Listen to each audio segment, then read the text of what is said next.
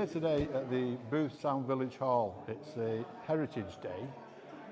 We've come down to talk to Andy Batchelor, one of the organisers, and his display boards, Well, you tell us about it. Tell us what today entails. Okay, for the last 10 years we've sort of opened up on Heritage Weekend, the Village Hall, with a display of Boothstown, the history of Boothstown basically. We've got 4 rooms here today. Yeah. This room that we're in now with the photographs behind, those photographs were taken by Tony Barrett, who was a local photographer. The main point of his exhibition is he's gone to points of Boothstown armed with photographs from the past and taken a photograph of how the village looks now. Then and now. Then and now. So we call those his then and now photographs. Right. Unfortunately, Tony did pass away during the last year, but we're lucky enough to still have access to his photos. We've got 4 rooms here today. There's this room, there's then another room which has got the archives of this building and school photographs from this building when it was used as a school. This was a school, was it? It was a school. 10 years ago, the school stopped having any need for it. They still had one classroom here, but there was a new build next door, and they didn't need the building anymore, so we formed a community committee, a voluntary committee, which is a registered charity, to run it as a community resource. Right. So during the week, we hire it out for all sorts of bookings. So basically it's a hall that serves the community. It is. That's what it says on the tin. That's what it sums it up as. So we've got 2. Let me tell you about the other 2 rooms. Yeah, by all means. We've got another room that's got an actual history exhibition of Boothstown. So lots and lots of information put together by a chap called Ken Fairfax many years ago. He died just prior to us taking over this building, but we've still got his exhibition, so we've put that out. And then we've got another room where there's a chap in there giving occasional sort of little talks. Today he's giving the talk on the Roman coins that were found in Boothstown and the history of the Roman roads. I always associate Boothstown with coal mining. That is its history, isn't it? Mossley Common Pit was just across the East Lancashire Road from here, and basically most of the streets around this building, if you look back through the census records, does have miners living there and colliers and mining community, and also plus a lot of cotton mill workers, because at the end of the road we did have Yates's Mill, which was very important in the. Hence the name of the pub, Coal and Cotton, I assume. It used to be called the Greyhound, but quite recently it's changed its name to Coal and Cotton. Yeah. And, so what is it? How long is this exhibition on for? Until 4 o'clock today. Is it just a one-day event? Is it? We do it for 2 days each year to match up with the countrywide Heritage Weekend. Yeah, of course. Yeah. So. Right. Yeah, and then unfortunately at the moment the stuff gets locked away for another year. It would be nice to have it more accessible during the course of the year, but that's something that we're working on. We generally get quite a lot of people in, and people meeting up with people they've not seen since school days, which is excellent. And you've got team biscuits on? We've got team biscuits, which are free. We've got karate coming in at 5 o'clock, so we have to end at 4. It's grand to be at the Village Hall, which was built in 1874. A schoolhouse then it used to be, Boothstown Primary C of E. How did Boothstown get its name? Well, back in medieval time, Booths were the huts where herdsmen dwelt, who too the Worsley family knelt. It passed through different families, linked once to a manor in Tylsey. Lord Francis Egerton came along and bought it from Robert H. Bradshaw.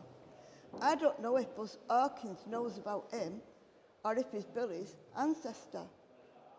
Egerton extended the Bridgewater Canal from Worsley to Boothstown to Lee.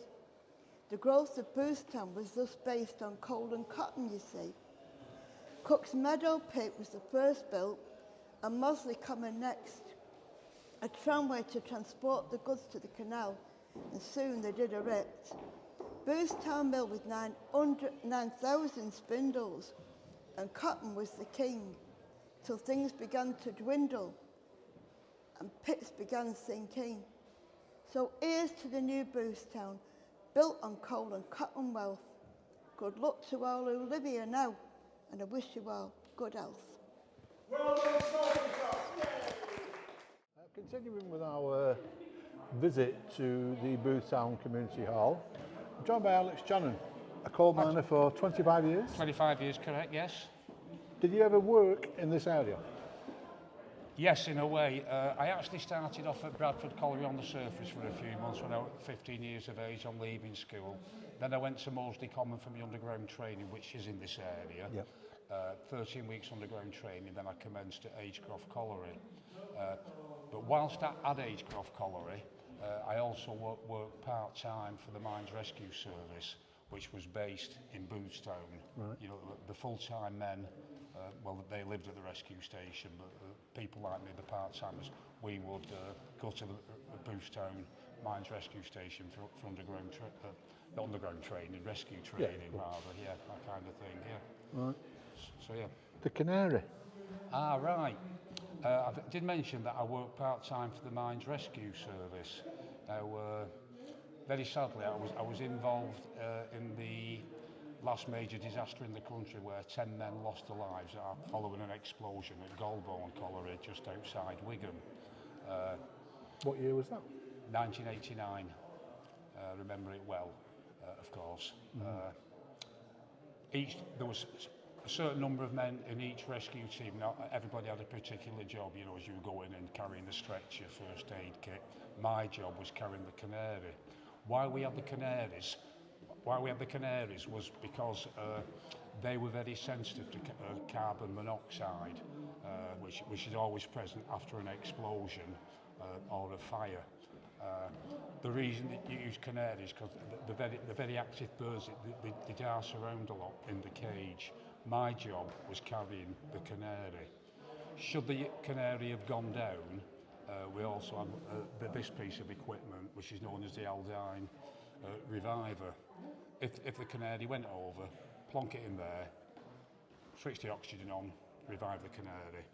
Far more sensitive than the testing, you know, with lamps and equipment, whatever. They could have used any creature, but canaries were considered the best because they're a little bit noisy and also extremely active. So if the canary went over, you knew trouble. That there was, because it only takes a very tiny percentage of carbon monoxide in the atmosphere to kill you. I can't remember the exact figures, but I think like just 1% carbon monoxide could kill you in about 10 minutes. The equipment you're wearing today, is that the original coal mining gear? Yes, it is. This is what I relocated from Agecroft Colliery when I left. Relocated or given? Dan? Given or... no, it was relocated. Gifted. Gifted if you can, yeah. Mover, standard piece of equipment for a lot of people. You know, I did have a tool bag as well as a mechanic. You can see the lamp from the front, the power pack or the battery at the back, quite heavy. And this is also a self-rescue which every miner had to wear in case of a fire or an explosion. What the self-rescuer did, that converted carbon monoxide into oxygen, which you could breathe. Very difficult to breathe through, I have to be honest with you. And because it's a chemical inside that, you get a chemical reaction. With any chemical reaction, you get heat. So the longer you wore that, the hotter it got. Where's your protector lamp? Did you have one of them? The Davy lamp? Yeah.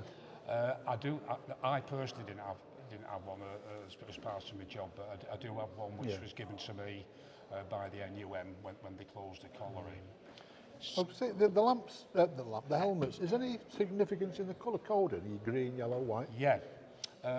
Part-time rescue men, we always had to have equipment, this stuff, in the back of your car in case you ever get a call out. The helmet I'm wearing now was a standard one that people wore underground. Rescue men wore green helmets, so you knew if you saw green helmets underground, you've got a rescue team in there for whatever reason. We did go down various collieries all over Lancashire on practices, but we wore green helmets, so that was the significance. The yellow helmet, I think it was in the mid-70s when they introduced these.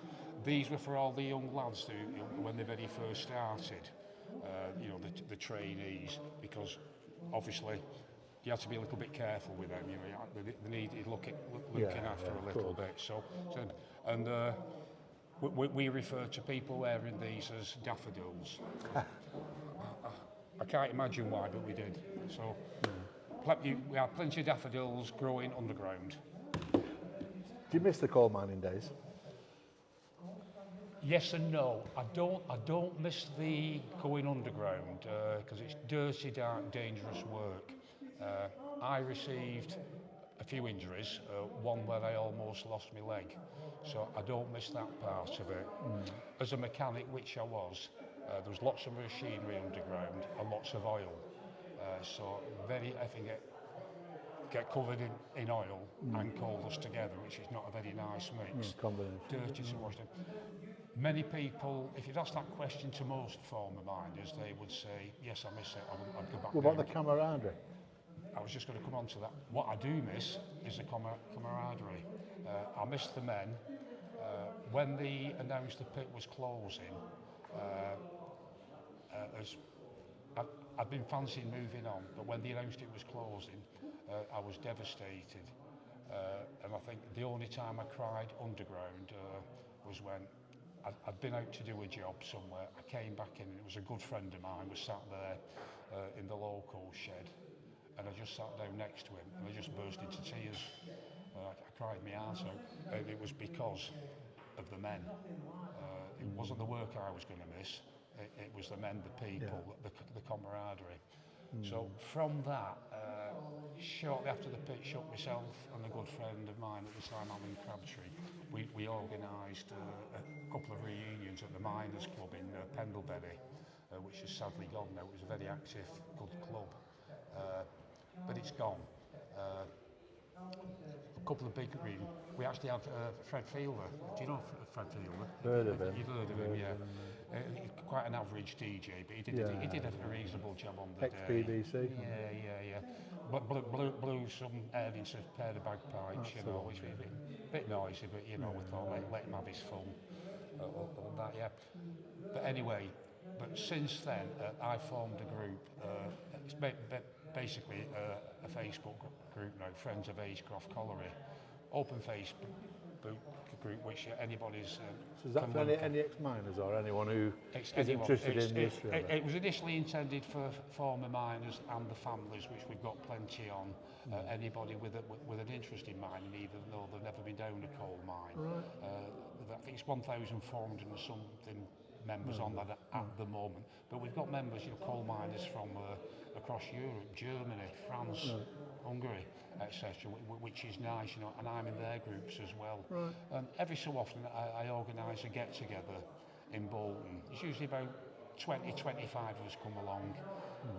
Fred Fielder usually comes to them as well, we do our best to keep him quiet. Well, you would, you have a job though. It's not easy, it's a challenge. Well, he's going to come on and speak in a minute. Oh no. Alex, thanks ever so much for chatting to us. You're more than welcome, Tom. It's good. And thanks for inviting me. Thank you. No, thank you for talking and enlightening us about Colin and coal coals and the camaraderie of the coal miners. Yeah, you're more than well. Anytime, okay. Cheers, Alex. Hope I can do it again sometime.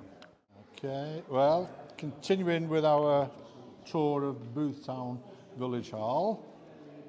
No show would be complete without Punch, or in this case, Fred. Thanks, Judy. What is your connection to this area, Fred? Do you have one? Well, apart from the fact it used to be a mining community and I worked down Agecroft Colliery, but my biggest connection was the Greyhound up there that's now become the Coal and Cotton. We used to meet there every Monday, me and the lads, Colin Johnson, Bert Royal, the wrestlers, Fred Eyre, the footballer, Albert Scanlon, and we used to go up there many a time. So when I heard through a friend of mine, a colleague, a balloonist that we used to, when we was ballooning years ago, Duncan, he said to me, are you going?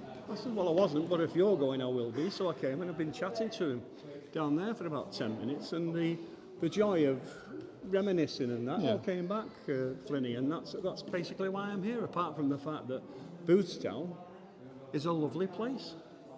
Have you had a look around the exhibits? Oh, I've had a good look round, yeah. Some of them, the marina, Boothstown Marina, all the stuff that's on display, it's well worth it. And I've got to give praise to Alan, the chap that organises this, with his wife Cheryl, you know, there's a lot of work gone into it. And to see all the old barges, the wooden barges and stuff like that from a time gone by. It's lovely. And without people like this, we've got no history, have we? You should know that, being a historian. Well, I did ask him to come on camera. Yeah. And he said he's too shy. Yeah. But I'm certain Fred will make up for it. Oh, I'll make up for it. I'll give him a mention. But this chap here, I've got to, Tony Barrett. I've never heard of him, but what a fabulous, he sadly passed away last year. I believe so, But photographer. what a fabulous collection of photographs he's left as a reminder. Indeed, and the ones in particular that stir my imagination, apart from Boothstown shots, is the Lancaster Bombers on the end, because Bernard Cromarty will be with us shortly, playing the accordion to play us out, and Bernard's father was an RAF hero, did 40 missions in Lancaster. Yeah, and if you ever see Bernard's vehicle that he knocks around with, there's a big Lancaster transfer on the back. Lovely homage to his dad. So they're all great days and great imagination. So it's just a great pity that the rest of Boothstown don't come and see all this. Shuts at 4. Well, there you go. Come down while you've got the chance. Yeah. Come down. It's They got that. well worth it. It's a lovely. It was an old school, I've been told, and looking back, you can understand it. It's so there are the little side classrooms. This is the main hall. It's a lovely building. It really is. I bet there've been some whackings in here in the past, you know, after straight when they come out of the workhouse, you know, bit of discipline, slap your bum and all that nonsense. They got the slipper. We got the cane at school, but these kids got the luxury of a fur-lined slipper. Fur-lined clog. Oh, Fur-lined clog round here, Fred. Did a lot of good that, did I? Yeah. So have you enjoyed your visit? I have enjoyed it, Flinny, yeah. They put biscuits on, you know, and I said no riffraff, and no riffraff's alive. Oh, the poet got in. Oh, yeah. She was good, wasn't she? Very good. That poem, I asked her, I said, can you do something for Boothstown Heritage Day? Yeah. She said, leave it with me. And she didn't let us down, did she? She didn't at all. And then Bernard's there now. Bernard is going to come on.